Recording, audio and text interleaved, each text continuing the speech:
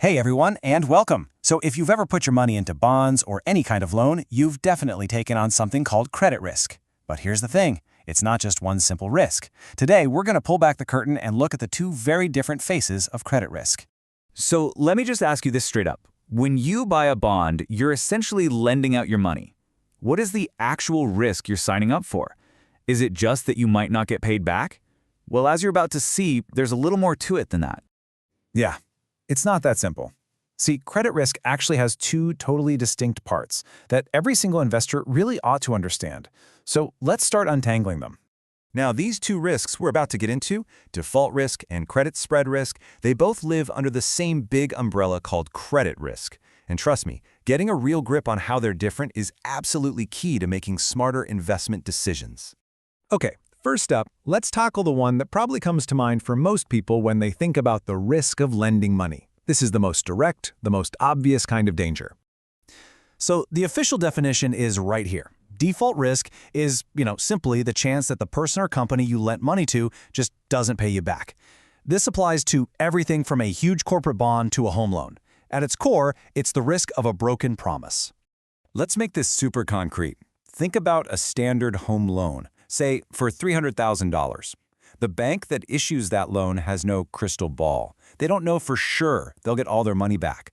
That uncertainty right there, that's default risk. And the way the bank protects itself for taking that chance is by charging interest. The higher they think that risk is, you guessed it, the higher the interest rate they're going to charge. All right, let's pivot to our second concept. Now, this one's a bit more subtle, a little more nuanced.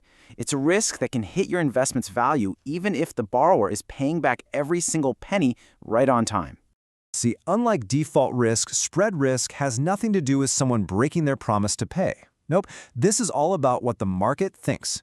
It's the risk that the bond you're holding becomes less valuable just because the market's perception of that company, or maybe even the entire economy, has shifted. So here's the bottom line. Your investment can actually be worth less money today than it was yesterday, even if the borrower is making every single payment like clockwork. Let's say the company that issued your bond gets its credit rating downgraded. Well, the market value of your bond is probably going to fall. That is spread risk in action. And what's really fascinating is that spread risk kind of has two flavors. First, you have that direct market value risk we just talked about. Your bond is literally worth less. But there's also something called opportunity cost. If you're holding a super safe bond that pays a low interest rate, you're missing out on potentially higher income from other riskier investments. That difference, that potential you're giving up, is also a form of spread risk. Okay, so we've defined them both. Now to really hammer this home, let's put them side by side and just look at the core differences. This table just lays it out so clearly. With default risk, what's the cause? A broken promise from the borrower. The result? You don't get paid. Pretty straightforward. But look at credit spread risk. The cause is a change in what the market thinks. And the result isn't a missed payment. It's a drop in your investment's value. The fault, if you want to call it that, is in two completely different places. And honestly, this quote just nails it. It's the perfect summary. Default risk is the risk of not getting paid. Spread risk is the risk that what you own is now worth less. It's such a simple and brilliant way to remember the difference. So, why have we been digging into all this? Why does any of this matter? Because, well, understanding this distinction has a huge direct impact on how you build your investment portfolio and what kinds of returns you can realistically expect. This chart right here shows you exactly how this plays out. The gap in the yield between a safe government bond and a riskier corporate bond, that's called the credit spread. That extra 3% you're getting from the corporate bond, that's not free money. That's what the market is paying you to willingly take on more default risk and more spread risk. All right, let's bring it all home. The main thing to remember is that credit risk is a two-headed monster.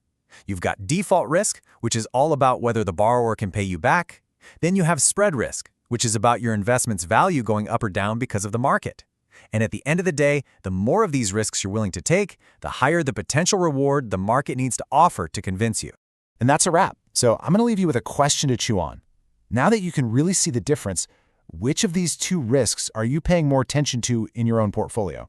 Is it the risk of not getting paid back, or the risk that what you own just becomes worth less? Something to think about.